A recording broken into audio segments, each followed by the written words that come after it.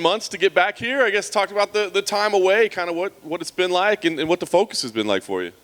Recovery. You know, I injured myself. I got injured in the last fight. The first attempt at surgery didn't take. It was declared a non-union. So we had to do the surgery again with some added medical wizardry magic stuff. I did a bone graft, gave me a bone stimulator to help with the thing. So, you know, just focusing on recovery, focusing on not getting too far out of shape. And with the help of the physical therapist, you know, implementing a strength and conditioning regimen at the same time as recovering the arm. It was great. So it was fun. It was another step in the journey, if you will, as opposed to a hitch in the wheels or a step back or anything like that. Yeah. Was it concerning at all, right? I mean, you're a professional athlete. Your body is your product. And they say, hey, by the way, this thing ain't healing right. Does that get a little bit scary? It absolutely was. It wasn't fun to go and see the x-rays and see that the bone wasn't quite healing as fast as I thought, you know, but I'm not a professional. It was my first time experiencing or seeing anything like that. I trusted my doctors, you know, my surgeon showed a little concern, but, you know, he had to do his job to keep me from, you know, flipping out and doing anything crazy. So, but, you know, he didn't sit on it too long. Usually they wait a whole 6 months till they make that declaration, but he saw that we don't want to. He knew that I didn't want to take that chance. So I was like, do the surgery, let's get it going. And like, okay, let's go. And we did it, and it took this time. The arm feels great, and I'm ready to get back to work. Very nice. Did you find yourself, as you're resuming training, that sort of stuff, was it a psychological issue at all to worry about the arm? I mean, was that a hurdle you had to get over? It is in a certain regard, but not inhibiting to my performance because we all took a conservative approach to recovery. I'm not going to go in too hard too fast. I've seen guys re-break their injuries. Gronk is a very prominent one who we've seen come back from the injury and then re-injure it. So I didn't want that to happen to me. So conservative approach, do it smart, and I trust myself. I know what feels right, what doesn't feel right, or anything like that. So throughout the process, when I started grappling, the arm was ready to start grappling. When I started striking, the arm was ready for me to start striking. So I was able to go into it with confidence. You know, feel it out at first, but it didn't take long to break through those cobwebs and get back to it. Very nice. So you put in the work, you're back, main event. Not the original opponent we were looking at, right? But luckily it wasn't like a last-minute switch or anything. But what did you think about the change? Did it affect anything for you? Well, all the other top-ranked opponents were all booked. So Kelvin was the lone standout, if you will, of what's the word? Of fighters that I would say yes to. You know, if they would have given me somebody with no number next to their name, that would have been a waste of my time. Not necessarily because I like to fight, and I'll fight anybody, but as far as my career goes, that's not the one that I want. So Kevin isn't ideal given the position. I want a contenders fight, or to fight for the title. But in a sense, Kevin is ideal because I respect him a lot, you know what I'm saying? I understand who he is and what he's done. From his performances, I can see the things that he's capable of.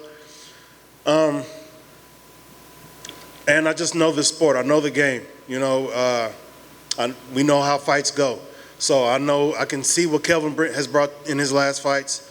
And I'm well aware of the danger he presents in there. We're all aware of his standing as far as being a fighter, MMA. The number 9 next to his name is, the fact that there's a number there is good, you know what I'm saying? It's sort of like the same position I was in when I fought Hermanson. You know, he was ranked number 3, I was ranked number 9. So it's kind of like the exact same thing, but we're going to have a different ending.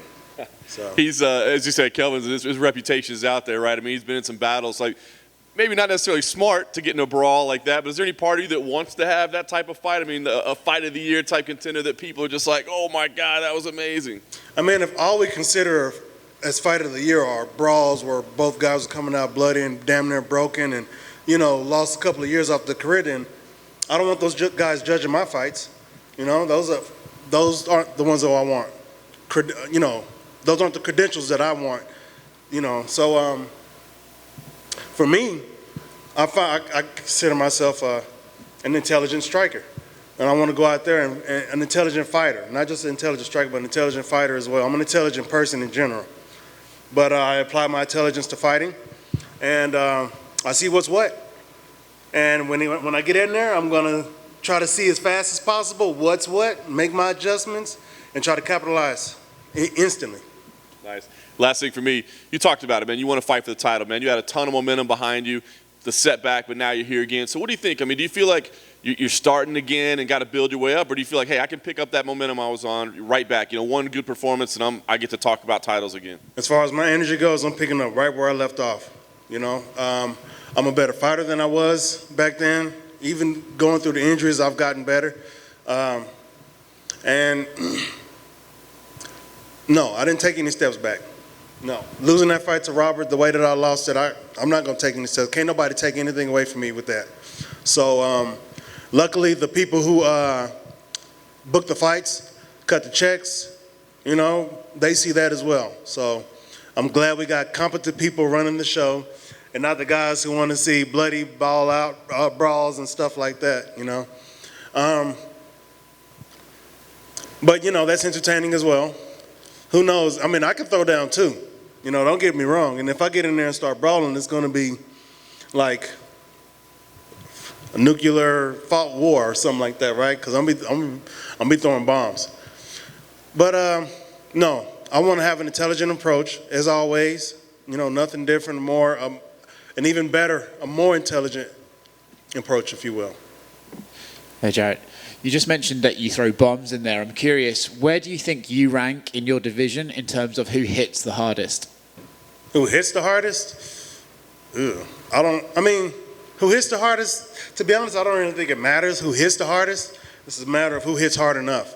And all of us can do it hard enough. The question should be who can do it the most efficiently, and without getting hit at all. And that's me. You mentioned about the Rob fight. When it comes to fighting for the title, is there a preference? Would you rather fight him to get that rematch or to fight Israel to try and beat Israel and knock him off the top? Whoever's got the belt. Yeah. The fact that it's Izzy right now, that's who I'm aiming at. If Robert gets the win, if Robert gets the title, then that's who I'm aiming at. The fact that he beat me back in October is not going to factor into it or anything. I'm not like vengeful or anything like that. I'm not salty that, he won. So he didn't really beat me, the judges did. So he just broke my arm, landed some nice shots, survived. It's funny to hear you say he didn't beat me, he just broke my arm. That's kind of funny here. No, it's dead serious. It's the truth. I'm curious. Time ran out and the judges declared him the winner.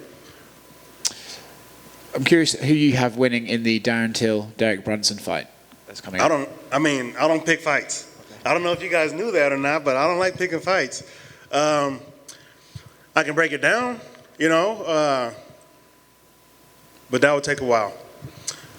I don't favor any of them in any way. They both have the skills to make it happen. Derek can grapple with the best of them. We've seen Darren defend grapplers' advances. They're both good at striking. They both have their styles, you know what I'm saying? So you have 1 + 1, let's see what we get. Let's see what that equation, what that equates out to. Thank you.